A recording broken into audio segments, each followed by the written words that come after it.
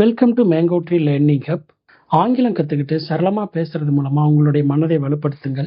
நான் அடிப்படையான ஆங்கிலத்திலிருந்து எல்லாருக்கும் புரிகிற மாதிரி ரொம்ப குட்டி குட்டி வாக்கியங்கள் அமைக்கிறதுல இருந்து பெரிய வாக்கியங்கள் அமைக்கிற வரையும் எல்லாத்துக்கும் புரிகிற மாதிரி நான் சொல்லி கொடுத்துட்ருக்கேன்.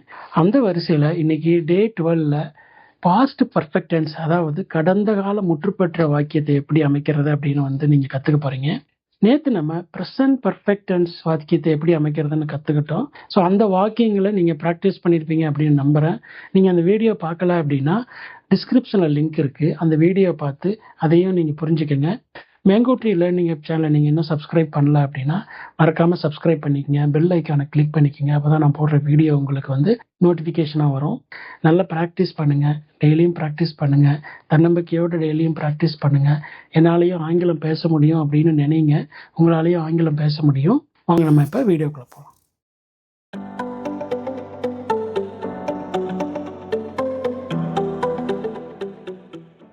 முதல்ல பாஸ்ட் பர்ஃபெக்ட் டென்ஸ் அப்படின்னா என்னன்னு பார்க்கலாம். நம்ம ஒரு செயலை சொல்லும் பொழுது அந்த செயல் இன்னொரு முடிஞ்சு போன செயலுக்கு முன்னாடி நடந்ததை சொல்லும் பொழுது நம்ம அந்த முன்னாடி நடந்த செயலை பாஸ்ட் பர்ஃபெக்ட் டென்ஸ் வாக்கியத்தை அமைச்சு சொல்லணும். இப்ப கடந்த காலத்துல 2 செயல் நடந்திருக்குது, சரிங்களா? முதல் ஒரு செயல் நடந்து முடிஞ்சிருச்சு, அதுக்கப்புறமா ஒரு செயல் நடந்து முடிஞ்சிருச்சு. இப்போ நான் உங்ககிட்ட நிகழ்காலத்துல பேசும்போது நான் இந்த வேலைக்கு முன்னாடி இந்த வேலையை பண்ணிட்டேன் அப்படின்னு சொல்றேன் இல்லையா? ஸோ அப்போ நம்ம இந்த பாஸ்ட் பர்ஃபெக்ட் டென்ஸை யூஸ் பண்ணி இந்த வேலைக்கு முன்னாடி இந்த வேலை நடந்தது அப்படிங்கிறத, இந்த முதல் வேலை முடிஞ்சது இல்லையா, அந்த வாக்கியத்தை, அந்த செயலோட வாக்கியத்தை நம்ம பாஸ்ட் பர்ஃபெக்ட் டென்ஸ் அமைச்சு பேசணும். புரியுதா? இப்போ நான் தெளிவாக எக்ஸ்பிளைன் பண்றேன் பாருங்க.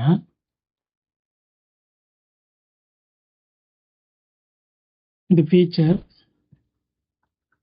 இது ப்ரெசன்ட், இது பாஸ்ட். ஓகேங்களா? இப்போ இது நிகழ்காலம், நம்ம இங்கே இருந்துக்கிட்டு பேசுகிறேன்னு வச்சுங்களேன். இப்போ என்ன ஆச்சுன்னா இங்கே ஒரு செயல் நடந்து முடிஞ்சிருச்சு, ஓகேங்களா? இது என்ன பாஸ்ட். இப்போ இங்கே ஒரு செயல் நடந்து முடிஞ்சிருச்சு, ரெண்டுமே முடிஞ்ச செயல் தான். இப்போ நான் இங்கே இருந்துக்கிட்டு இந்த 2 செயலையும் பேசுகிறோம், சரிங்களா? இந்த செயலுக்கு இங்கே இருக்குல்ல, இந்த ரெண்டாவது செயல், இது 1, ஓகே, இதை 1ன்னு வச்சுக்குவோம், இது 2ன்னு வச்சுக்குவோம். இந்த 1வது செயல் 2வது செயலுக்கு முன்னாடி நடந்துருச்சு, சரிங்களா? இப்போ நான் இங்கே இருந்துக்கிட்டு இந்த 2வது செயலுக்கு முன்னாடி 1வது செயல் முடிஞ்சிருச்சு அப்படின்னு சொல்லும் பொழுது இந்த செயல் இருக்குதல்ல, இந்த செயலை பாஸ்ட் பர்ஃபெக்ட், சரிங்களா, பாஸ்ட் பர்ஃபெக்ட் டென்ஸை வச்சு நம்ம அமைச்சு பேசணும். இந்த செயல் நீங்கள் பாஸ்ட் டென்ஸை வச்சு அமைச்சு பேசலாம், ஓகேங்களா? சிம்பிள் பாஸ்ட் டென்ஸ் வச்சு நீங்கள் அமைச்சு பேசலாம். அதாவது இந்த செயலுக்கு முன்னாடி இந்த செயல் நடந்ததாக பேசும் பொழுது நம்ம பாஸ்ட் பர்ஃபெக்ட் டென்ஸ் வாக்கியத்தை வச்சு பேசணும், சரிங்களா? ஒரு உதாரணம் சொல்றேன். கமலா அவங்களுடைய பெற்றோர் வர்றதுக்கு முன்னாடி வீட்டு பாடத்தை முடிச்சிருந்தா அப்படின்னு சொல்றோம். இதுல 2 செயல்கள் இல்லையா? கமலாவுடைய பெற்றோர்கள் வர்றது ஒரு செயல், அவள் வீட்டு பாடம் எழுதுனது ஒரு செயல், சரிங்களா? ஸோ இது எந்த செயல் முதல்ல முடிஞ்சிருக்குது? வீட்டு பாடம் எழுதி இருந்தது முதல் நடந்த செயல், ஓகேங்களா? இந்த ஃபர்ஸ்ட் செயல் வீட்டு பாடம் எழுதி முடிச்சிட்டா வர்றதுக்கு முன்னாடியே. இப்போ 2வது செயல் என்ன? அவங்க பெற்றோர் வீட்டுக்கு வந்தது. ஸோ அவங்க பெற்றோர் வீட்டுக்கு வந்தபோது கமலா ஏற்கனவே வீட்டு பாடத்தை எழுதி முடிச்சிட்டா அப்படிங்கிறத பற்றி பேசும் பொழுது நம்ம பாஸ்ட் பர்ஃபெக்ட் டென்ஸ் யூஸ் பண்ணி பேசணும், சரிங்களா?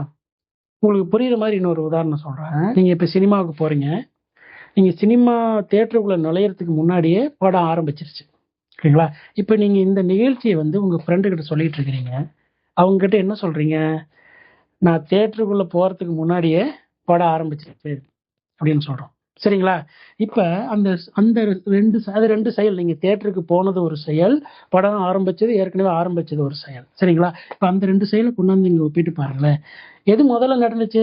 படம் ஆரம்பிச்சது முதல்ல செயல் நடந்தது, அதாவது அது முதலாவது செயல். 2வது செயல் என்ன? படம் ஆரம்பிச்ச பிற்பாடு தான் நீங்கள் தேட்டருக்குள்ளாரையே போகிறீங்க.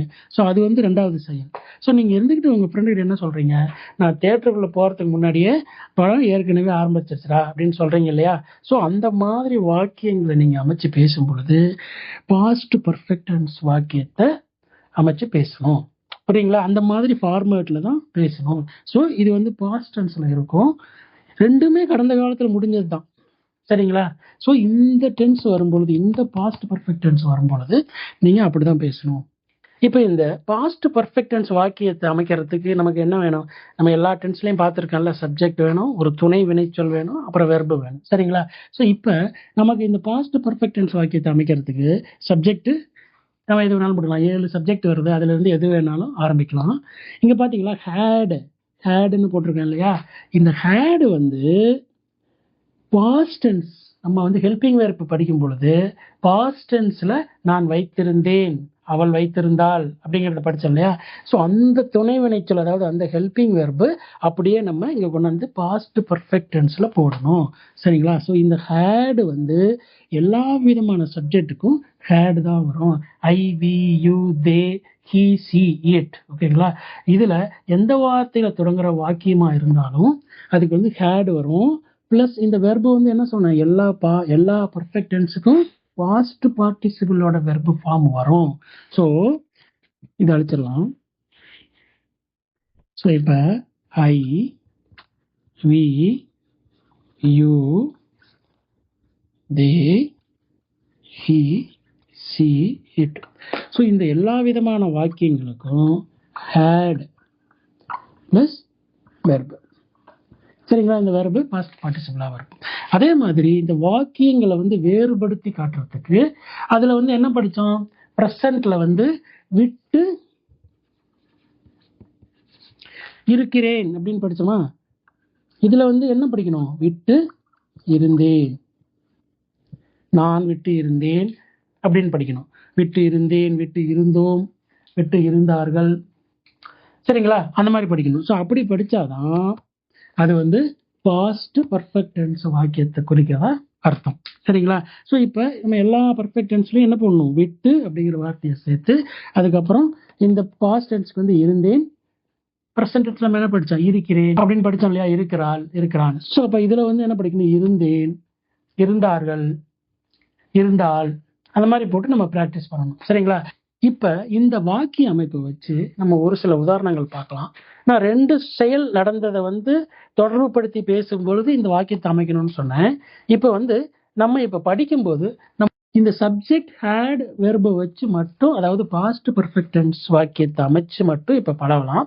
நம்ம பின்னாடி நிறைய வாக்கியங்கள், அதாவது ஆப்ஜெக்டை யூஸ் பண்ணி பெரிய வாக்கியத்தை அமைக்கும்போது ஒரு வாக்கியத்தையும் இன்னொரு வாக்கியத்தோட தொடர்புபடுத்தும் பொழுது அப்போ நம்ம ரொம்ப டீட்டெயிலாக 2-3 வாக்கியத்தை அமைச்சு அப்போ படிக்கலாம். இந்த வாக்கிய அமைப்பை வச்சு நம்ம ஒரு சில உதாரணங்களை பார்க்கலாம். இந்த 3 உதாரணங்களை பார்க்கலாம் வாங்க. கண்ணன் தூங்கிவிட்டு இருந்தான், அவர்கள் முடித்துவிட்டு இருந்தார்கள், அவள் வரைந்துவிட்டு இருந்தாள்.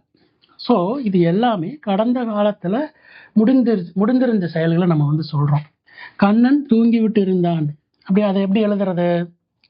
நம்ம எல்லாத்துக்குமே வந்து என்ன வரணும், ஹேட் அப்படிங்கிற துணை வினைச்சொல் வரும். சரி, கண்ணன் அப்படின்னா ஆட்டோமேட்டிக்காக நம்ம வந்து கண்ணன். தூங்குறதுக்கு என்னது, ஸ்லீப். ஸ்லீப் அப்படிங்கிற ஒரு வினைச்சொல். Kannan had sleep, slept, slept. சரிங்களா? இர்ரெகுலர் லெட்டர் வரும். Sleep, slept, slept. Past participle form வந்து ஸ்லெப்ட். கண்ணன் had ஸ்லெப்ட் அப்படின்னா கண்ணன் தூங்கி விட்டு இருந்தான். இந்த வாக்கியத்தை நம்ம சாதாரணமாக பேசும்போது, நேற்று நான் உன்னை பார்க்க வந்தேன், நீ அதுக்கு முன்னாடியே தூங்கி இருந்த, நீ என்னை பார்க்க வந்த பொழுது நான் தூங்கி விட்டு இருந்தேன் சொல்லலாம் இல்லையா? பார்க்க வந்தது முடிஞ்சிருச்சு, வந்துடுறதுக்கு முன்னாடி நான் தூங்கிட்டேன். ஸோ அது வந்து அந்த வாக்கியம் தான் இந்த வாக்கியம். சரிங்களா? அந்த மாதிரி சமயத்தில் பேசணும். அவர்கள் முடித்து விட்டு இருந்தார்கள், அவர்களுக்கு என்ன, தே. முடிக்கிறதுக்கு என்னது, ஒரு வேலையை முடிக்கிறது, அந்த மாதிரி சொல்றோம்ல, முடிக்கிறதுக்கு வந்து ஃபினிஷ். ஃபினிஷ் அப்படின்னா முடி அப்படின்னு அர்த்தம். இங்கே என்ன வரும்? They had. எல்லாத்துக்குமே ஹேட் வரும்னு சொல்லியிருந்தோம் இல்லையா? So they had finished. Finished. Okay, so they had finished அப்படின்னா அவர்கள் முடித்துவிட்டு இருந்தார்கள் அப்படின்னு அர்த்தம். அவள் வரைந்து விட்டு இருந்தாள். அவளுக்கு என்னது? சி. வரையறதுக்கு என்னது? செயல் ட்ரா. ஓகே, ஸோ அவள் என்ன வரும்? எல்லாத்துக்கும் ஹேட் வரும் அப்படின்னு சொல்லியிருந்தேன். C had. ட்ரா அப்படிங்கிறதுக்கு இது வந்து base form, verb form 1. Draw, drew, drawn அப்படின்னு சொல்லணும். ஸோ பாஸ்ட் பார்ட்டிசிபிள் வந்து ட்ரான் அப்படின்னா சி ஹேட் ட்ரான் அப்படின்னா அவள் வரைந்து விட்டு இருந்தாள். கிளாஸ் ஆரம்பிக்கிறதுக்கு முன்னாடியே அவள் வரைந்து விட்டு இருந்தாள் அப்படி சொல்லலாம் இல்லையா? ஸோ அந்த மாதிரி வாக்கியங்களை சொல்லும் பொழுது நம்ம இதை பயன்படுத்தணும். சரிங்களா? இப்போ பாருங்க, நம்ம 3 வாக்கியத்தை அமைச்சிட்டோம். கண்ணன் தூங்கிவிட்டு இருந்தான். Kannan had slept. அவர்கள் முடித்துவிட்டு இருந்தார்கள். They had finished. அவள் வரைந்து விட்டு இருந்தாள் அப்படின்னா சி ஹேட் ட்ரான். சரிங்களா? ஸோ இப்படி தான் வாக்கியத்தை அமைச்சு பேசணும். நம்ம இன்னும் ஒரு சில உதாரணங்களை பார்க்கலாம். நான் வந்துவிட்டு இருந்தேன். நீ ஓடிவிட்டு இருந்தாய். அவர்கள் விளையாடிவிட்டு இருந்தார்கள். சரிங்களா? ஸோ எல்லாமே பாஸ்ட் பர்ஃபெக்ட் டென்ஸ்ல அமைச்சிருக்கோம். இப்போ ஆங்கிலத்தில் அப்படியே வந்து மாற்றி எழுதணும். நான் வந்துவிட்டு இருந்தேன். நான்கு வந்து ஐ. வந்து வர்றதுக்கு என்னது? கம். ஸோ கம் நம்முடைய பாஸ்ட் பார்ட்டிசிபிள் என்னது? Come, came, come. ஓகேங்களா? ஸோ கம் தான் வரும். So I had come. I had come அப்படின்னா நான் வந்து விட்டு இருந்தேன் அப்படின்னு போடணும். நீக்கு என்னது? நீ ஓடிவிட்டு இருந்தாய். You had. ஹேட் வந்து டிஃபால்ட்டாக வந்துடும்ல பாஸ்ட் பர்ஃபெக்ட் டென்ஸுக்கு. ஓடுறதுக்கு என்னது? ரன். சரிங்களா? Run, run, run. So come, came, come மாதிரி ரன், ரன், ரன் அப்படிதான் வரும். ஸோ யூ ஹேட் ரன் அப்படின்னா நீ ஓடிவிட்டு இருந்தாய், இல்லை நீங்கள் ஓடிவிட்டு இருந்தீர்கள் அப்படின்னு அர்த்தம். இது பாருங்களேன், அவர்கள் விளையாடிவிட்டு இருந்தார்கள். So they had. விளையாடுறதுக்கு என்னது? Play. So they had played. Play, played, played. சரிங்களா? So they had played. சரிங்களா? ஸோ இப்படி தான் வாக்கியத்தை அமைக்கணும். நான் வந்து விட்டு இருந்தேன். I had come. நீ ஓடிவிட்டு இருந்தாய். You had run. அவர்கள் விளையாடி விட்டு இருந்தார்கள். They had played. உங்களுக்கு நான் ஒரு சில ப்ராக்டிஸ் கொடுக்குறேன். அந்த ப்ராக்டிஸ் வந்து நீங்கள் பண்ணி பாருங்கள். உங்களுக்கு வந்து ஈஸியாக இன்னும் மனசில் பதியும். அவன் சென்று விட்டு இருந்தான். அவர்கள் பாடிவிட்டு இருந்தார்கள். கமலா எழுதிவிட்டு இருந்தாள். நான் பார்த்துவிட்டு இருந்தேன். அவன் குடித்துவிட்டு இருந்தான். சரிங்களா? எல்லாமே வந்து பாஸ்ட் பர்ஃபெக்ட் டென்ஸில் எழுதியிருக்கேன். விட்டு இருந்தான், விட்டு இருந்தார்கள், விட்டு இருந்தால் அப்படின்லாம் வருதுல்ல. ஸோ இதில் செயல்கள் என்னது?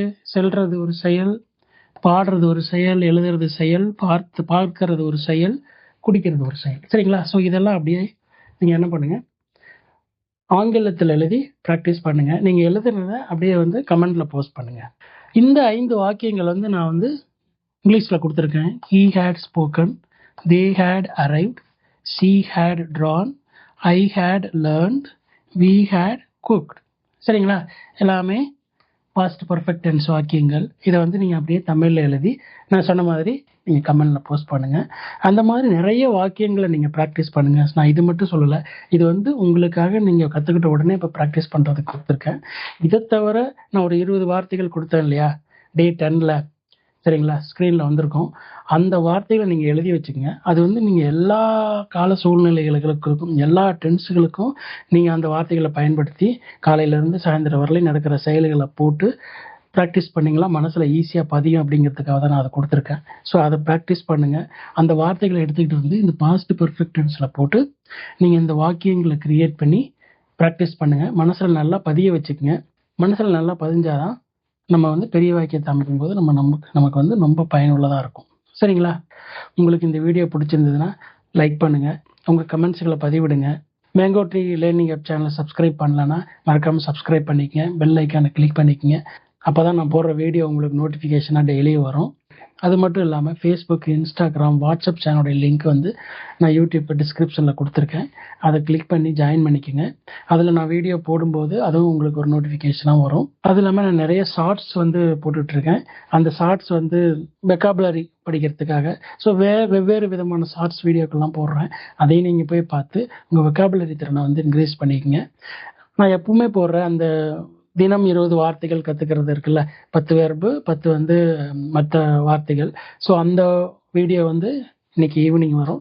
மறக்காமல் அந்த வீடியோவை பார்த்து 20 வார்த்தைகள் கற்றுக்குங்க. அந்த வார்த்தைகளை எடுத்து கொண்டாந்து போட்டு இந்த பாஸ்ட் பர்ஃபெக்ட் டென்ஸில் போட்டு நீங்கள் ப்ராக்டிஸ் பண்ணிக்கிங்க. நேற்றும் இன்றைக்கும் வந்து present perfect tense, past perfect tense cover பண்ணியிருக்கோம். நாளைக்கு வந்து ஃபியூச்சர் பர்ஃபெக்ட் டென்ஸ் கற்றுப்பீங்க. நம்ம மீண்டும் நாளைக்கு வீடியோவில் பார்க்கலாம். நன்றி, வணக்கம்.